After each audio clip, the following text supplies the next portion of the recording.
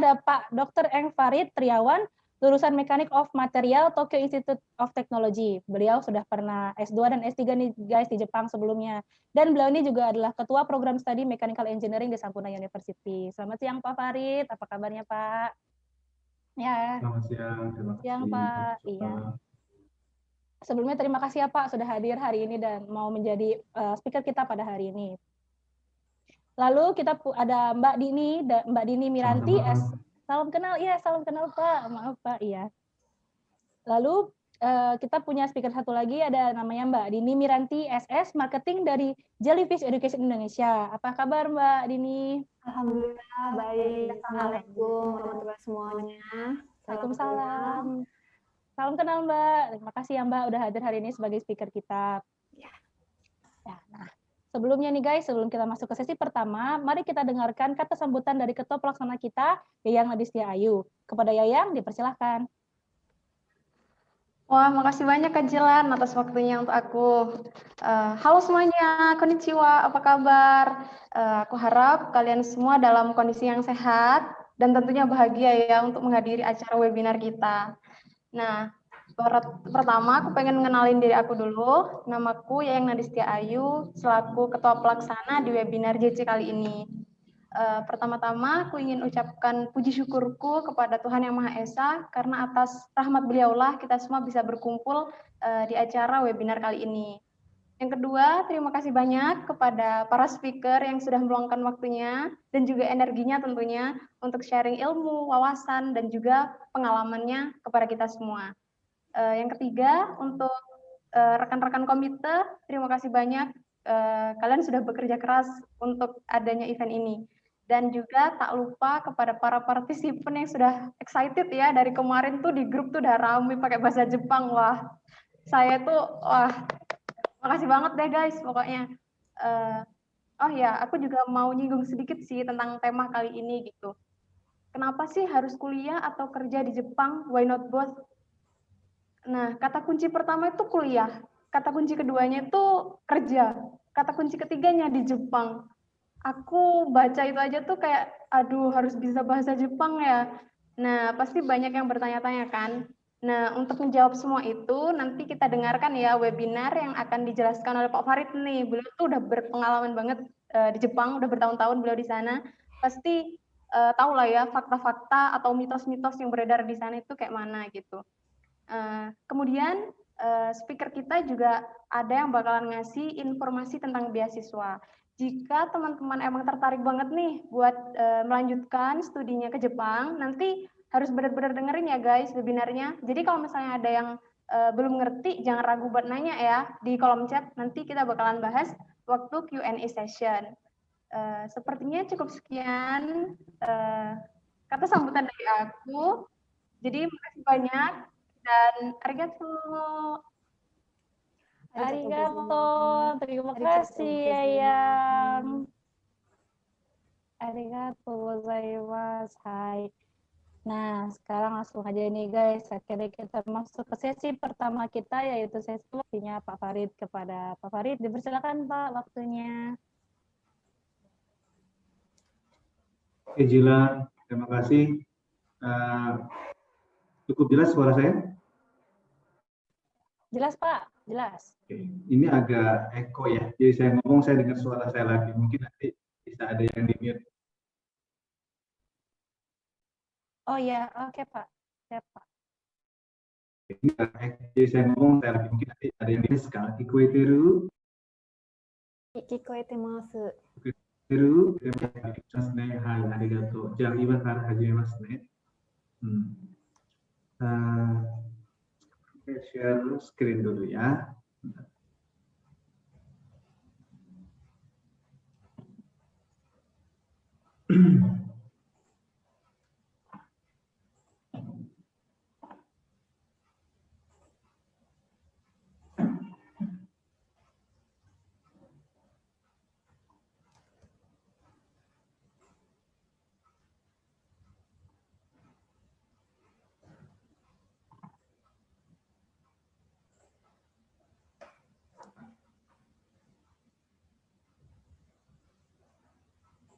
Gimana? Ini jelas? Atau salah. Perlu diperbaiki cukup? Jelas Pak, jelas. Cukup jelas ya, sekarang saya full screen. Oke. Hajime-san, konnichiwa, watashi wa Farido Tomoshimasu. Bisa dipanggil Pak Farid, Sir Farid, Senpai Farid, ya, dochi de mo ii desu. Ja, kore kara desu ne, minasan to issho ni Nihon no koto hanashimashou. Hai. Nihongo de hanashimashou ka? Indonesia go de hanashimashou ka? Dochira desu ka? Ego de? どっちでもいいけど、多分インドネシアで、はい。インドネシア語でやりましょうね。はい、わかりました。じゃあ、今からインドネシア語で話しますね。はい。Saya Pak Farid dari Sampurna University. Ini mahasiswa saya di Sampurna di Japanese Club Sampurna University yang mengadakan ini. Saya acungkan jempol setinggi-tingginya, apresiasi sebesar-besarnya kepada kalian yang dengan sukses ya menurut saya melakukan acara ini dan banyak partisipan ya. Mungkin lain kali dibuka saja tuh, nggak usah dibatasi daftarnya. Bisa 500 tembus mungkin ya. Sekarang sudah 200 lebih ya. Acara seperti ini jangan dibatasi menurut saya. Dibuka saja karena banyak yang pengen dengar gitu. Dan baru tahu mungkin di detik-detik terakhir. Jadi saya ini 35 menit itu waktu yang sangat singkat sebenarnya untuk bercerita bagaimana bisa kuliah di Jepang dan bagaimana bisa bekerja di Jepang ya. Jadi saya akan coba bercerita saja natural, kemudian kalau nanti ada pertanyaan atau ada yang ingin diperjelas lebih lagi silahkan nanti ditanya kemudian ya.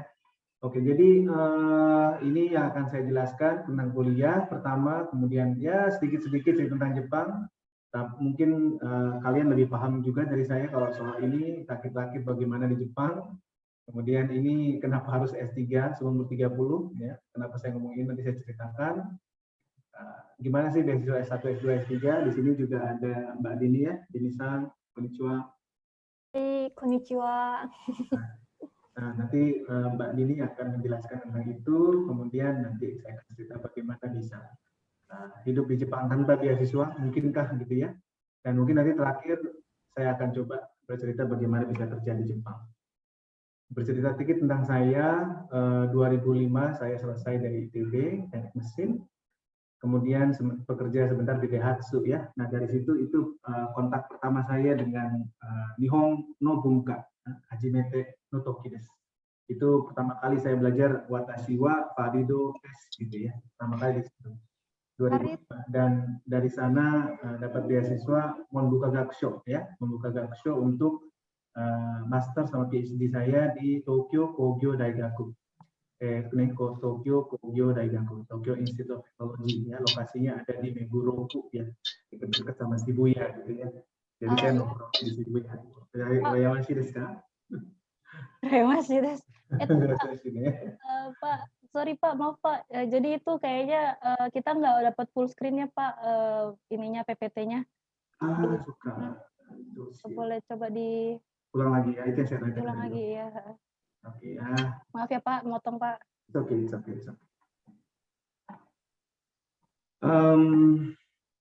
Gimana ya? Oke, sebentar ya. Coba saya tukar ke sini.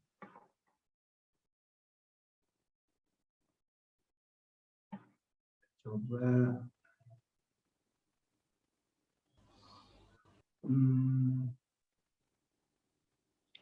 sekali lagi ya. Gimana Jilan? Kalau yang ini dapat full screen-nya? Nah, iya Pak, dapat Pak, dapat full screen-nya ya. Oke. Terima kasih Pak. Iya. Setelah selesai S3, kemudian 2012 ya. Kemudian saya saya berpikir gimana, apakah mau pulang dulu, langsung pulang atau kerja dulu di Jepang. Nah, kemudian saya memutuskan untuk kerja di Jepang. Di situ dapat kerja di Osaka nih, di Torishima, ya, Torishima Pam namanya. Itu di Takatsuki area namanya, ya. Agak jauh mau ke Osakanya, agak jauh mau ke Kyoto juga ada tengah-tengah karena itu daerah industri. Kemudian setelah agak jenuh di perusahaan, saya kembali lagi ke kampus jadi dosen ya di Tokyo Institute of Technology, itu alma mater saya sendiri, sekitar 3 tahun di sana. Kemudian rasanya sudah nyobain semuanya gitu ya. Nah, orang tua di Indonesia pun sudah bertanya-tanya kapan nggak pulang-pulang, ya akhirnya saya pulang, kemudian minta tolong cari-cari kesempatan, alhamdulillah keterima di Sampurna University, sekarang jadi dosen di Sampurna University. Di satu sisi juga masih menjadi dosen di Tokyo Tech ya, masih dosennya di Tokodai sebagai visiting sekarang. Jadi kalau nggak corona biasanya setahun atau dua kali setahun saya ke sana untuk ngajar atau untuk research ya. Saat ini Sampurna bekerja sama dengan Arizona, jadi saat ini saya juga ada status di Amerika sebagai pengajar. Mulai ya. Mengapa kuliah ke luar negeri ya? Jadi 4 ini yang menjadi alasan saya dulu ya, mungkin ini juga menjadi alasan bagi rekan-rekan pendengar hari ini. Pertama, menambah pengetahuan, perspektif, wawasan baru ya. Ini yang menjadi alasan kenapa kita ngotot kalau bisa sekolah ke luar negeri. Kalau di Indonesia saja mungkin nggak akan melihat bagaimana Indonesia dilihat dari luar gitu ya. Kalau nanti dari luar melihat Indonesia tuh kok kayaknya masalahnya kecil, simple gitu, kayak gitu aja nggak bisa dipecahkan sih gitu ya. Tapi nanti kalau sudah masuk pusing lagi kayak saya momen. Nah, dari Jepang sana kelihatannya masalah Indonesia simple gitu dan gatel pengen ngebetulin. Nah, itu mental seperti itu yang bisa diperoleh. Kemudian tentu bisa nambah bahasa Jepang ya. Bahasa Inggris sudah bisa, bahasa Indonesia tentu, nambah bahasa Jepang. Jadi ada 3 bahasa. Apalagi orang yang punya bahasa daerah jadi 4 bahasa gitu ya. Nah, itu pasti orangnya benar secara linguistik, intelektualnya bagus gitu ya. Punya jaringan tentunya, dengan jaringan Jepang itu sangat strong sekali, sehingga sampai hari ini pun saya masih berkaitan dengan Tokyo Tech. Nah, saya masih berhubungan dengan profesor saya dulu, saya masih berhubungan dengan ibu angkat saya dulu di Jepang, masih seperti. Jadi ini yang rasanya kalau ke Eropa atau ke Amerika sulit tuh dapat itu ya. Meningkatkan percaya diri terhadap orang asing ya. Dulu saya ingat kalau waktu pertama kali kerja di Daihatsu, ketemu orang Jepang itu pengen pipis, takut ditanya-tanya, gemeteran gitu ya. Nggak keluar aja ngomongnya. Demam panggung bahasa Indonesia-nya, demam panggung aja ngomongnya. Tapi kalau ketika sudah di Jepang, ya saya ngajar orang Jepang gitu ya waktu di Tokyo Tech. Jadi ya sudah merubah pola pikir, jadi kita lebih pede ya.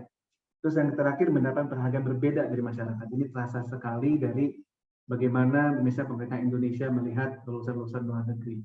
Nah, ini menjadi motivasi ya, motivasi bagi kalian yang saat ini ingin keluar negeri, baik untuk yang S1 maupun S2 maupun S3. Ini saya nggak tahu nih demografinya ya, hari ini banyak yang pengen S2 atau S1.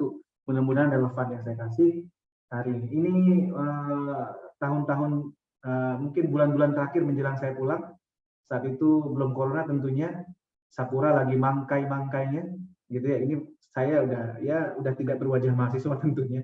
Ini udah jadi dosen di situ, siap-siap pulang. Ini rekan-rekan saya yang masih di sana. Ini ada Profesor Aziz, mungkin masih kenal, sekarang ada di Tokodai. Dia masih jadi profesor di situ.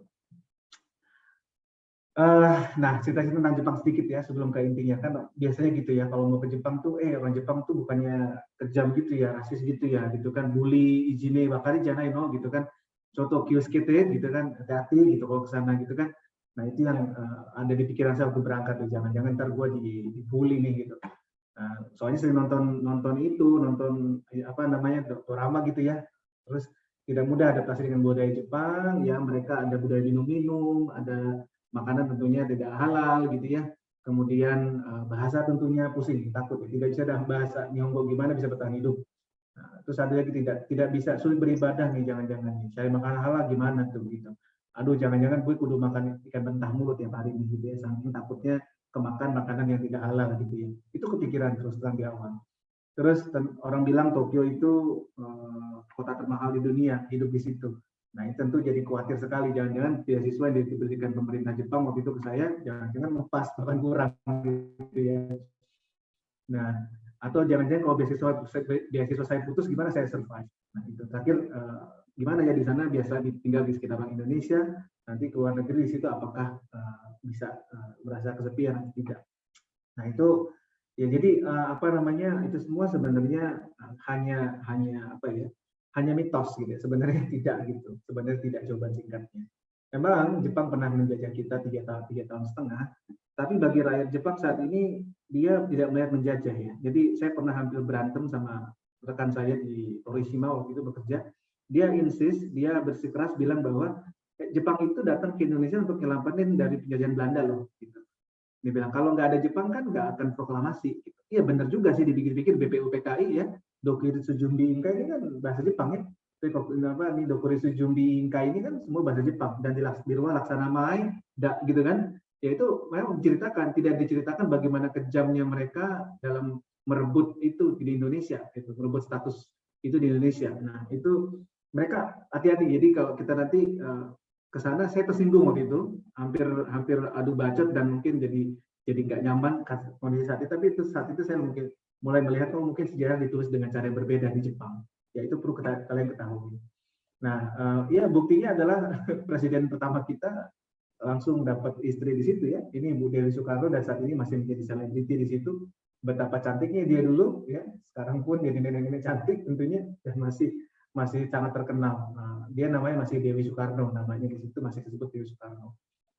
Ini akan menjadi pemandangan tiap hari. Kalian akan apa ya? Akan terdidik ya untuk menghargai orang lain, gitu ya, untuk antri, gitu ya. Saya ingat dulu saya mau ikut acara sehingga harus antri, tapi saya datang terlambat, teman saya datang duluan, teman saya ini sudah antri, dia kira-kira agak ke depan, kemudian dia datang, sebagai orang Indonesia, tentunya saya akan bilang, tunggu di situ, gue nyelip, jadi saya udah mau nyelip ke depan, terus dia tahu nggak apa, dia malah berpikir saya mau ngejemput dia untuk nanti lagi dari belakang, dia lakukan itu, jadi dia keluar dari barisan antrian, bersama saya, antri lagi dari paling belakang, itu nggak akan terjadi di Indonesia, ya. Kalau lagi antri bayar bayar sesuatu di loket, kalau bisa dibuka satu loket lagi jerbu ke sana, itu orang Indonesia. Jepang enggak. Nah saat itu saya langsung aduh, padahal gue pengen nyelip bareng lu yang keluar gitu kan, salahnya gitu kan, ternyata enggak. Jadi mentalitasnya udah berbeda tuh. Mentalitasnya mau mewaku kakenai gitu ya. Mewaku itu enggak membuat not disturb ya, enggak membuat orang lain repot gara-gara kita. Mewaku kakenai itu jadi satu hal yang dijunjung tinggi di Jepang. Jadi mereka akan merasa nggak enak sekali kalau mereka itu terasa mengganggu orang lain. Itu menurut saya sistem. Orang Jepang keluar dari negerinya jadi kayak kita juga tuh kalau di Indonesia. Sayangnya ya. Jadi memang negara itu ada magicnya. Ketika masuk kita berubah jadi orang Jepang gitu. Sistem itu. Nah sistem itu yang mungkin kalian kalau berhasil ke Jepang nanti silahkan dipelajari dan bagaimana bisa menginstall itu ke Indonesia. Nah, ini tempat sampah ngomong-ngomong banyak banget tempat sampah makan area gitu ya. Tapi ya tempat sampah di sini bisa orang foto-foto di sini. Ini apa gomibako nih? Gomibako. Iro-iro gomibako garu. Ada yang buat paper, buat plastik, ada can gitu ya. Ini nggak akan pernah terjadi di Indonesia ya. Kalaupun ada mungkin pemulung udah ngantri di can-nya gitu ya. untuk dijual lagi gitu. Ya itu ya beda society. Ini budaya melayani ya, hospitality-nya ya. Di Jepang regardless level budaya, level kita dihargai semaksimal mungkin. Tidak perlu kita orang asing atau gimana. Jadi saya merasa di sana nyaman gitu ya. Mau sholat perlu sholat dihargai gitu ya. Ketika saya mau mencari makanan halal, teman-teman Jepang saya malah melindungi saya gitu, karena mereka menghargai orang lain. Itu yang nilai-nilai yang saya pikir bagus. Ada Ustadz juga, Ustadz ini orang Jepang namanya Ustadz Maeno. Nah ini saya sering dengar ceramah-ceramah beliau, enak ya. Jadi nggak usah khawatir kalau mau sholat mau apa, ada komunitas Muslim yang kuat di situ. Makanan halal juga ada. Ini tentu yang ini menjadi hal yang menjadi poin yang menjadi menarik perhatian saya dulu. Kenapa pengen S2 ke Jepang gitu. Nah terakhir udah nyobain mobil ini, saya di sini waktu di Tokyo terakhir pakai mobil ini Prius ya. Nah, di Indonesia entah kapan masuknya ini Prius. Saya di sana tahun 2015 sudah pakai Prius. Nah pulang ke Indonesia pakai Avanza. Toyota juga tentunya. Ini mungkin Mbak Dini sudah tahu ya, ini ada buku dari Bu Murni Handayani, rekan saya lulusan Osaka University. Japan I'm Coming. Dia menuliskan tentang berbagai macam beasiswa di Jepang. Boleh kontak Bu Murni, gampang dikontak, dia pegawai LIPI, Google saja Murni Handayani. Dia di sini banyak trik-trik ya, bagaimana menulis proposal dan lain-lain. Ini Mombusho, Busan, scholarship, macam-macam. Nanti Mbak Dini mungkin bisa lebih cerita ke sini ya. Ini Tokyo Tech, ada beasiswa GSET namanya. Ini saya masih jadi juri untuk beasiswa S1 di Tokyo Tech setiap tahun. Beasiswa membuka gakusho. Nah, kita sedikit bisa membuka gakusho. Untuk S1 sampai S2, S3 berbeda ya. Jadi dulu saya dapat ini, gitu yang mau S1 sekitar segini, 120.000 yen per bulan. Nah, itu ada sekitar 16 juta per bulan lah ya kalau di rupiah sekarang. Itu cukup apa enggak nanti kita cerita ya. Ini ada banyak, nanti Mbak Dini bisa cerita tuh. Ada GSEP, ada Kyoto dan lain-lainnya Mbak Dini ya. Nanti Koreo foto onegai shimasu ne. Mau contoh. Kyoto IUP. Kebetulan kami perwakilan resmi dari Kyoto IUP di Indonesia. Nah, Tanosimi. Terus dari S2, S3-nya dulu saya dapat U2U. Dulu waktu saya datang ke Jepang tahun 2006, masih 172.000 yen. Pulang udah tinggal segini, turun terus. Tapi masih cukup, ya sekitar segini, sekarang 21 juta per bulan. Kalau masih single sih cukup ya. Kalau udah berkeluarga mungkin harus cari baitong, harus cari partai. Ya jadi kelebihan lain tadi, jadi kita dapat. Menurut saya Jepang itu negara paling aman sedunia ya. Jadi kalau udah berangkat ke Jepang, ke negara lain bawaannya pengen komplain. Ke Amerika pasti komplain, ke Eropa pasti komplain. Ke toilet di Eropa misalnya itu saya pernah ke Italia untuk conference. Masuk ke toilet di stasiun itu komplain, kotor banget sih, negara Eropa katanya negara maju gitu. Di Jepang itu bisa tidur kita bahkan saya pernah sholat di toilet saking bingung cari tempat sholat tuh. Saya tutup karena bisa lapin, ya Allah terima sholatnya, soal bingung mau nyari sholat di mana gitu. Nah, itu cari tempat seperti itu bersih. Jadi saya sangat value sekali ini bagaimana mereka bisa membuat itu menjadi budaya.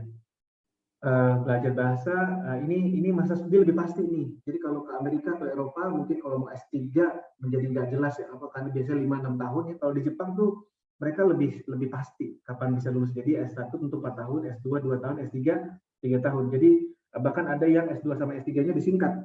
Itu jadi 4 tahun, namanya integrated program. Itu silakan nanti dicari di kampus-kampus yang diminati, biasanya ada ya. Nah, itu mulai bisa daftar ke sana, lebih cepat lagi, jadi S2, S3-nya bisa 4 tahun. Nah, ketika bisa lulus dari kampus Jepang, itu besar kemungkinan bisa kerja di Jepang, ketimbang dari Indonesia ke Jepang langsung untuk bekerja. Ketimbang itu.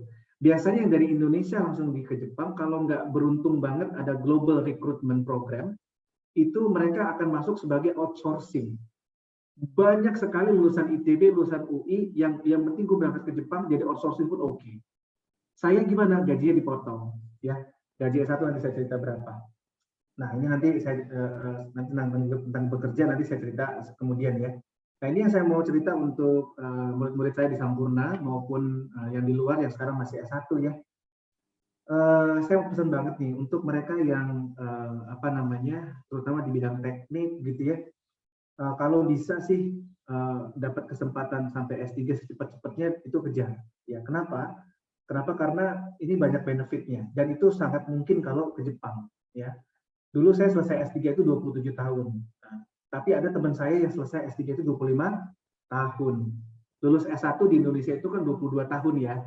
Jadi kalau dapat SBMPTN agak telat dikit, mundur-mundur 2 tahun tuh orang-orang baru selesai S1, dia udah selesai S3.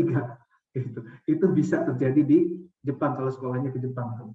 Ini mengapa cepat-cepat S3? Ini saya mau kasih tahu. Jadi coba dipikirkan baik-baik. Gue S3 nggak ya? Gue S2 nggak ya? Nah ini menjadi pertimbangan.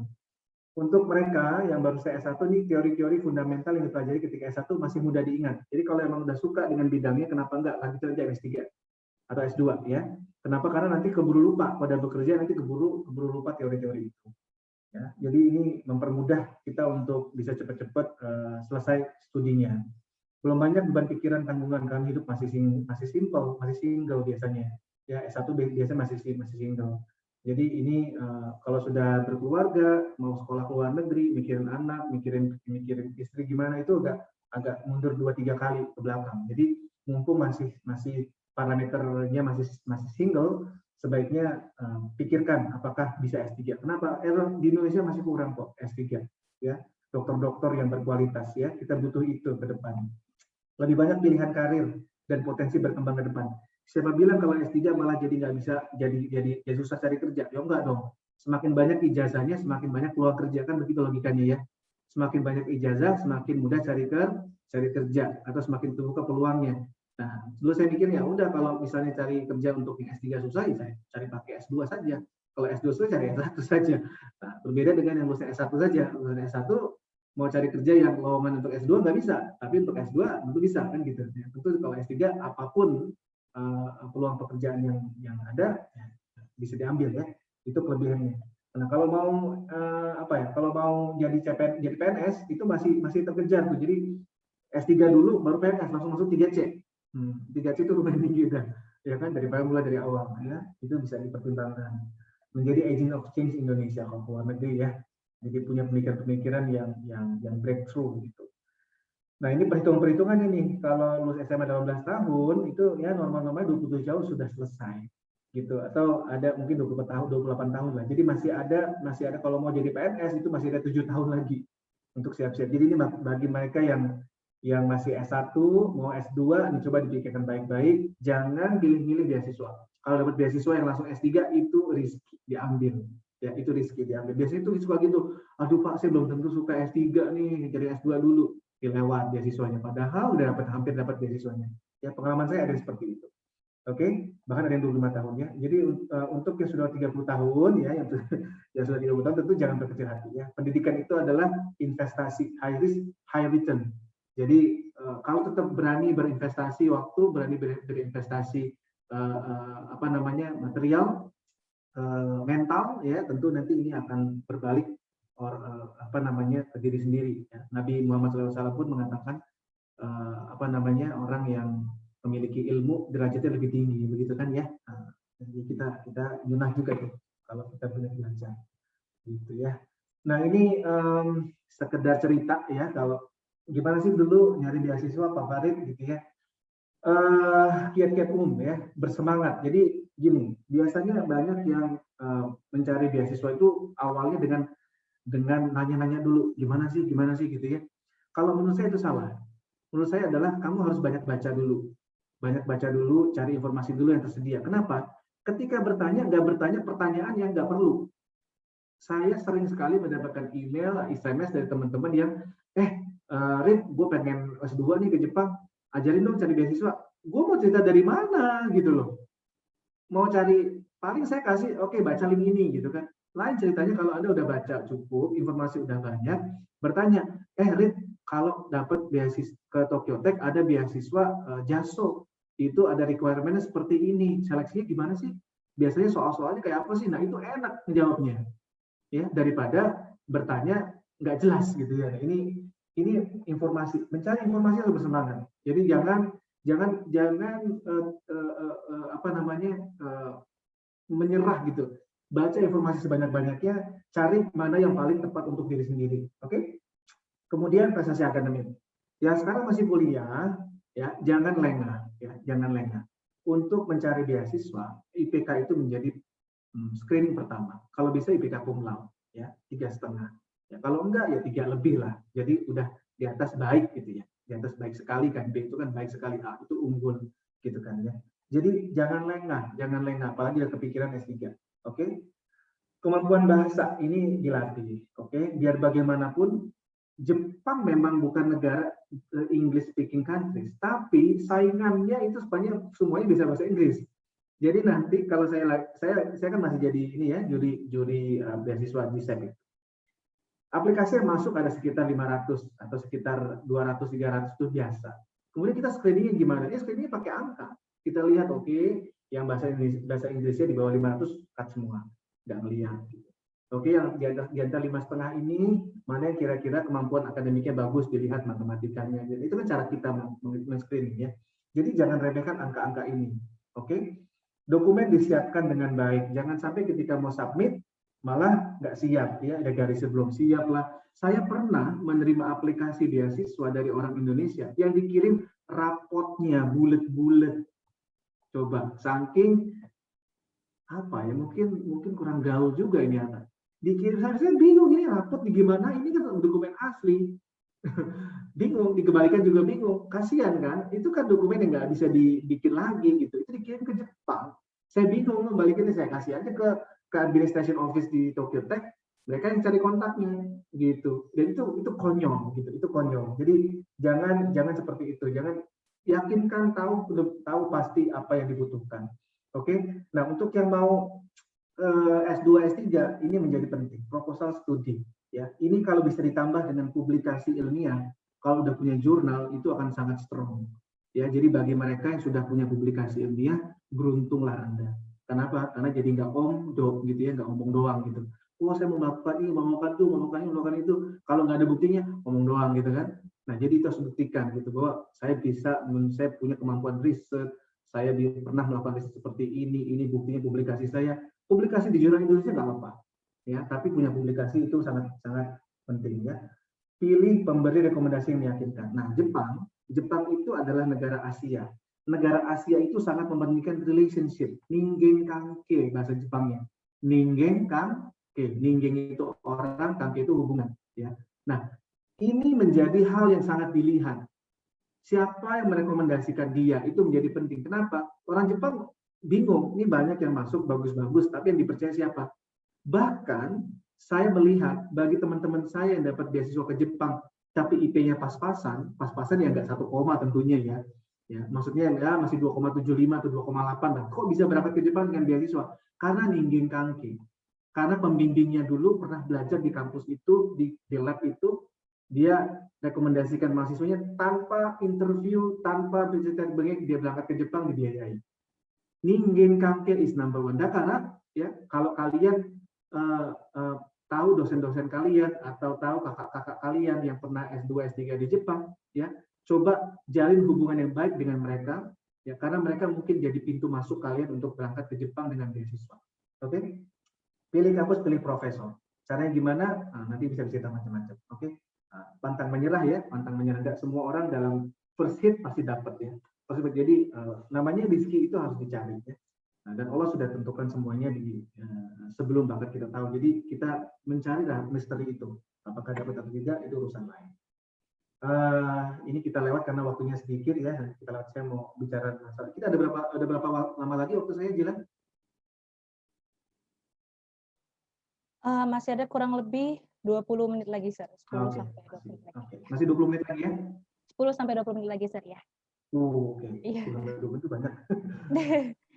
Jadi ini yang saya kalau gitu saya bahas sedikit ya tentang proses seleksi beasiswa supaya terbayang sebenarnya saya itu akan melalui apa ya untuk yang akan melalui beasiswa mulai sekarang.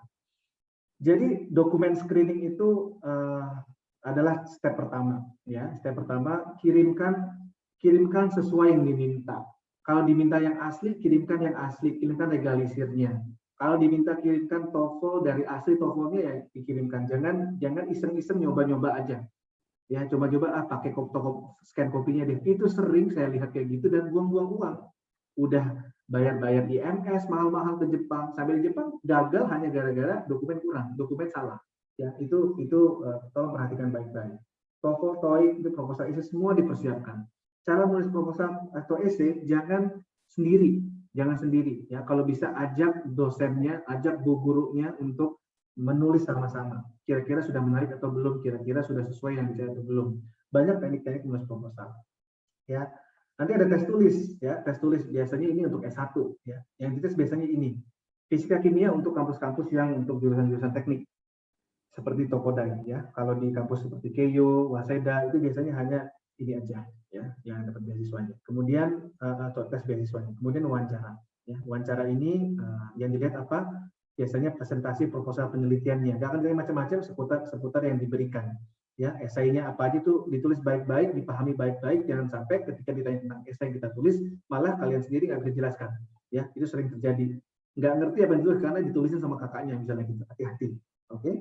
Nah, Nah, cek kemandirian kedewasaan. Jadi ketika kalau kalian yang masih mau S1 ke Jepang, yang dikhawatirkan oleh orang Jepang, biasanya ini orang cukup mandiri nggak ya, dewasa nggak ya, ngerepotin nggak ya, itu perlu dicek, akan dicek. Jadi kalian harus tunjukkan kemandirian kalian. Kemudian kemampuan dasar itu terkait nanti tentang apa namanya keahlian di yang kaitannya dengan bidang yang akan diajukan ya. Ini siap-siap memang harus mumpuni di bidang yang memang diajukan. Oke. Yang terpilih beasiswa biasanya kayak gimana? Itu tadi saya bilang yang punya energi dan sikap positif. Orang Jepang itu nanti saya cerita di akhir nggak suka orang yang jenius karena orang jenius itu akan membuat harmoninya berubah gitu. Udah jenius sendiri lagi majunya. Mereka lebih senang maju bersama-sama daripada ada suatu orang maju tapi tinggi sekali ya. Apa namanya Toyota penemu atau pendiri Toyota itu pernah bilang saya lebih memilih 1.000 orang maju 1 langkah daripada 1 orang maju 1.000 langkah.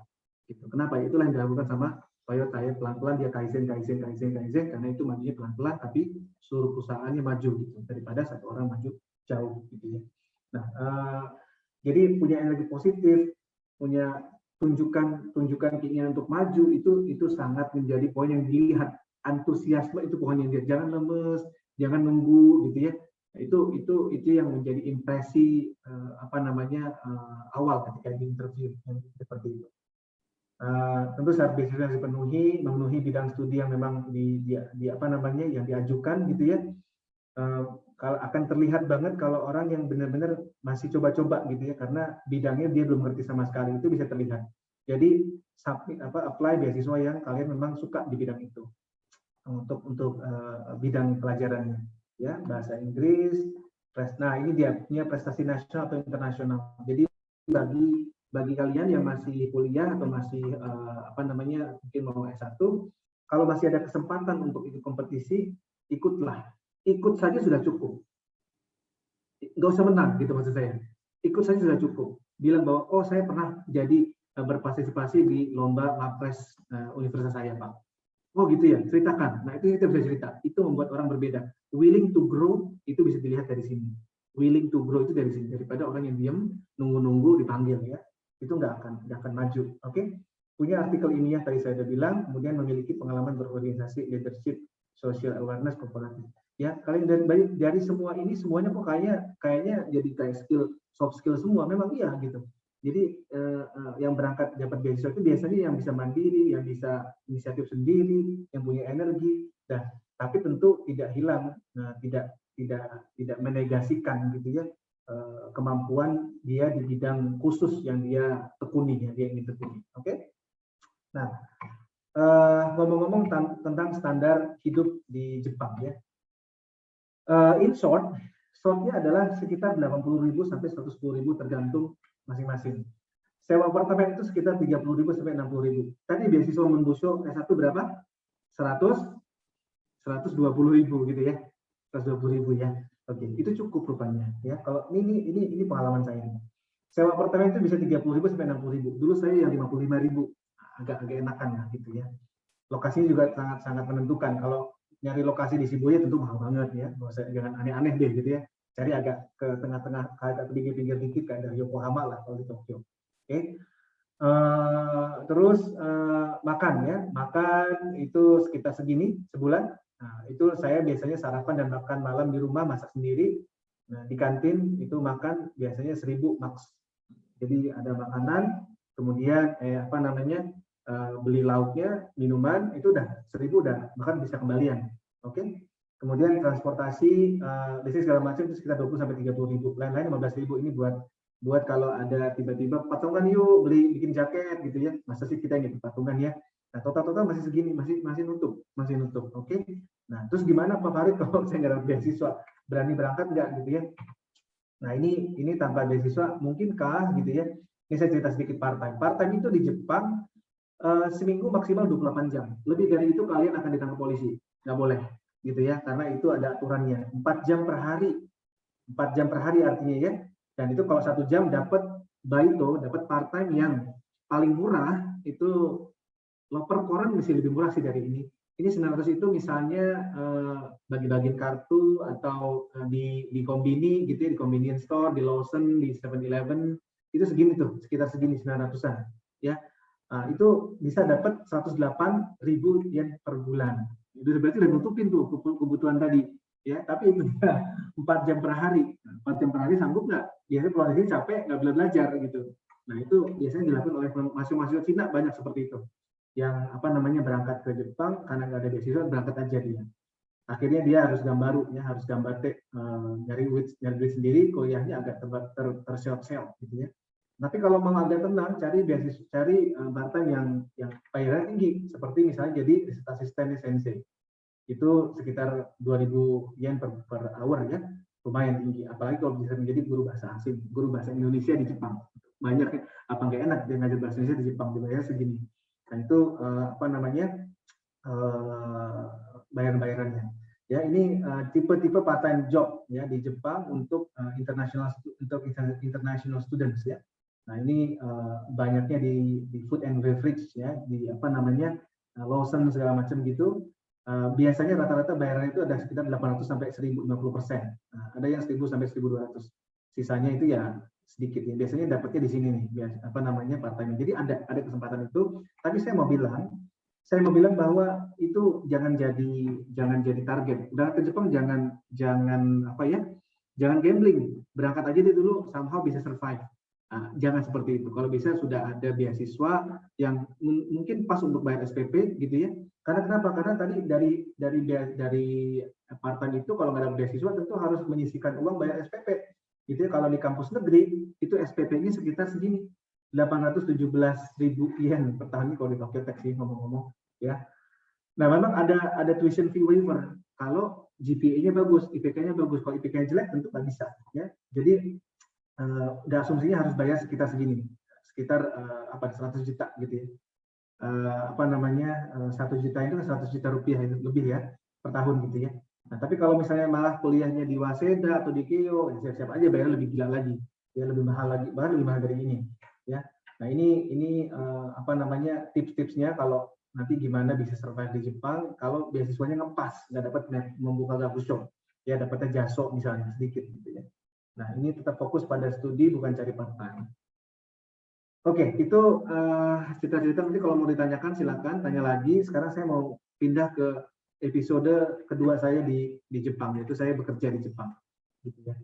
Nah, sebelum corona, ya, lowongan kerja di Jepang itu rate-nya adalah 1,5.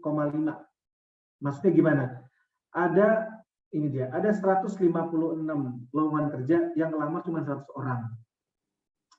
Nah, itu saya masih di Jepang saat itu ya. Jadi saya meninggalkan Jepang ketika saat itu Jepang masih sangat butuh orang-orang untuk bekerja. Gitu. Jadi pasti dapat kerja, maksudnya gitu, pasti dapat kerja. Ya, tinggal gajinya gimana gitu kan, apakah dapat yang bagus atau tidak. Oke, jadi ya ini sekarang itu kondisinya. Saat ini lagi agak turun, ya. Ini dari dari nippon.com ini.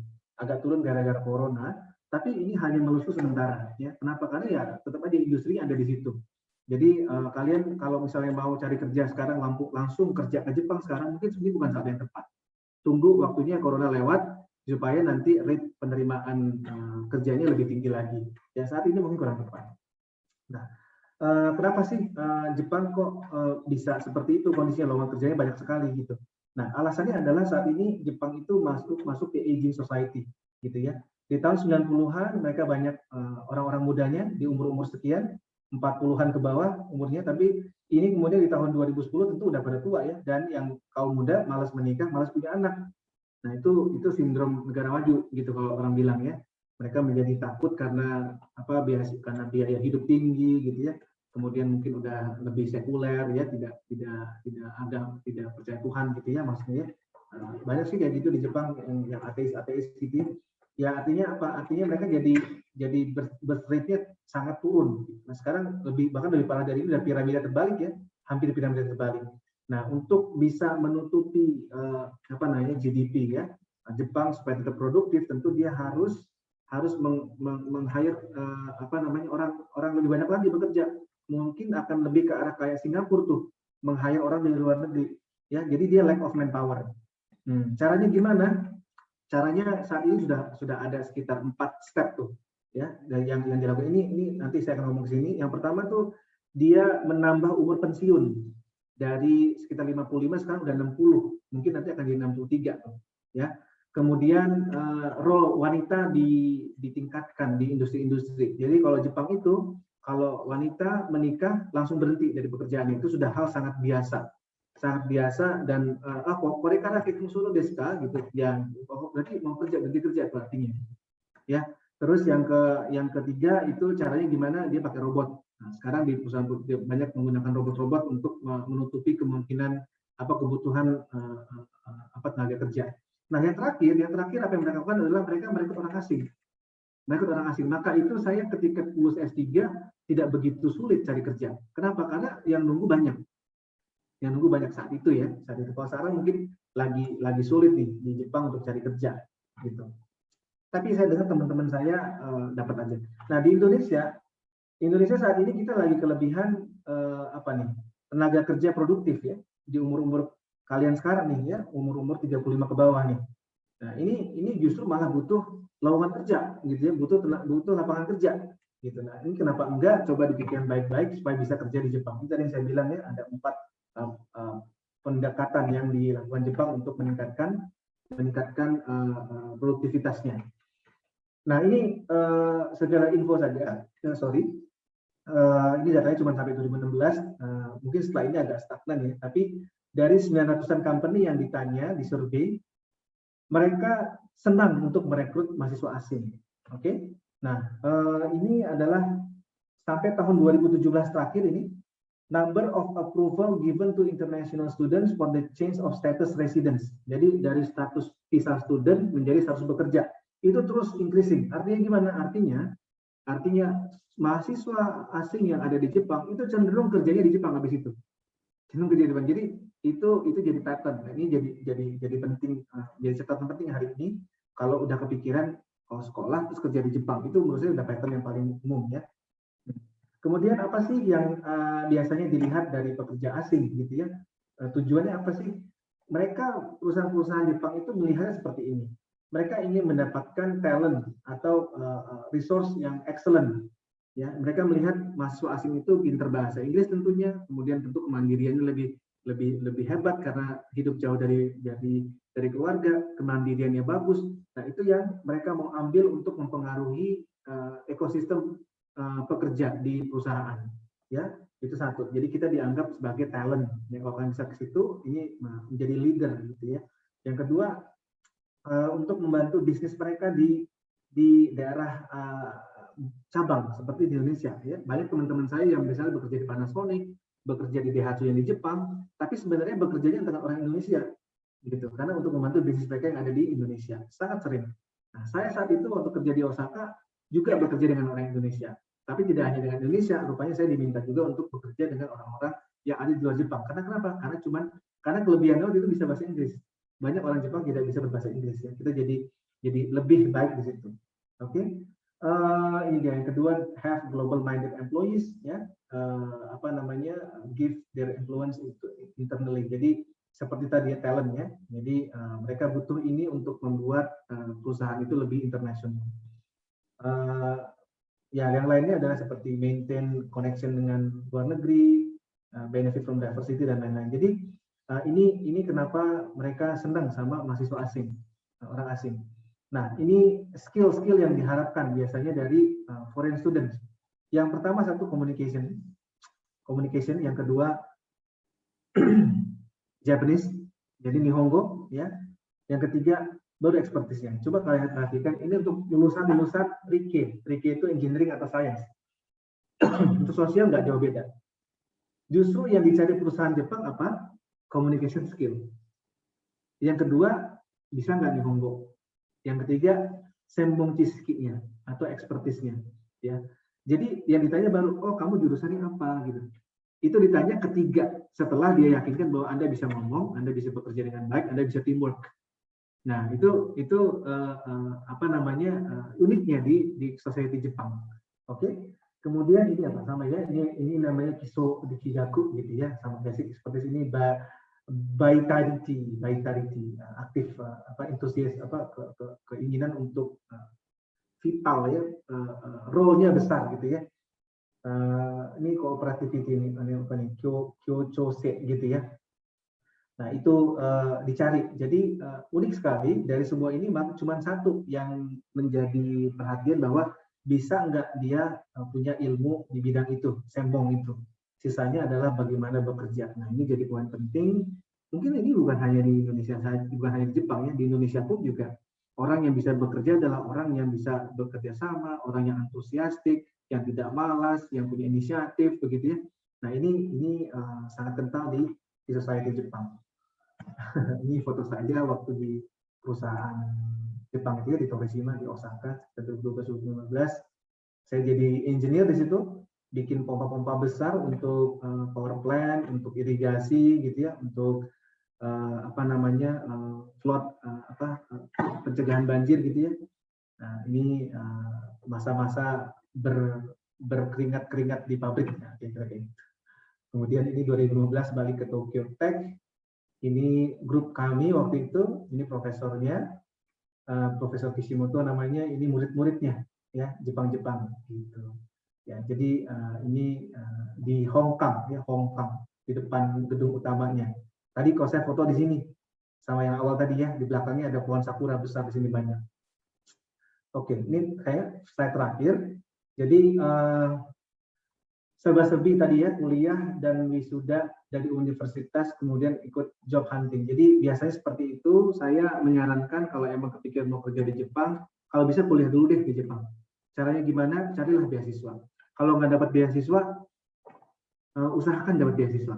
Kalau enggak, pastikan Anda punya tabungan yang cukup, ya, karena akan kerepotan. Kemudian mahasiswa Jepang, halo, ya.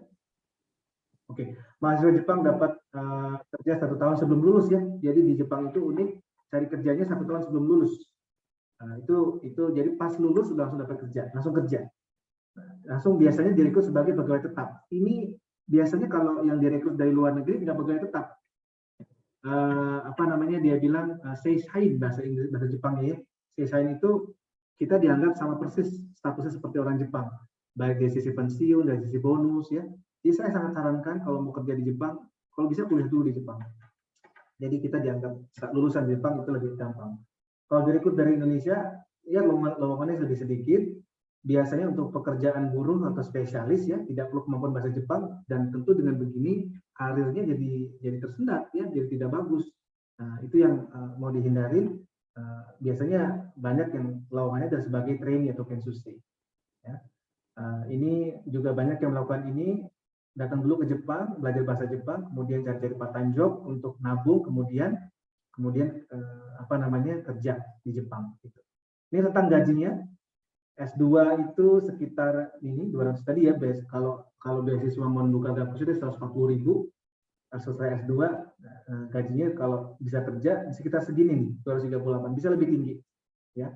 Kalau S3 lebih tinggi lagi ya, bisa sekitar 270.000 ke atas lah. Waktu itu saya sekitar rentang itulah ya penawarannya.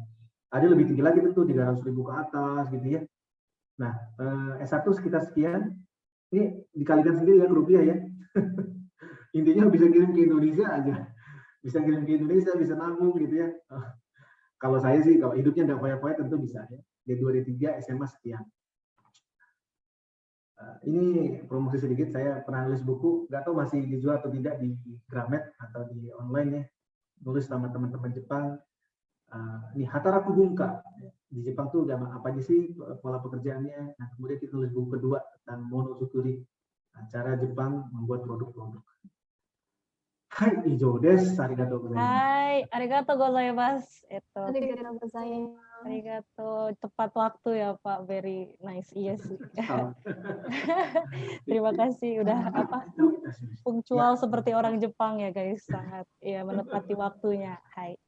Dewa, terima kasih Pak Farid atas waktunya, atas infonya, atas ilmunya. Teman-teman pasti udah banyak banget dapat insight nih dari Pak Farid kan.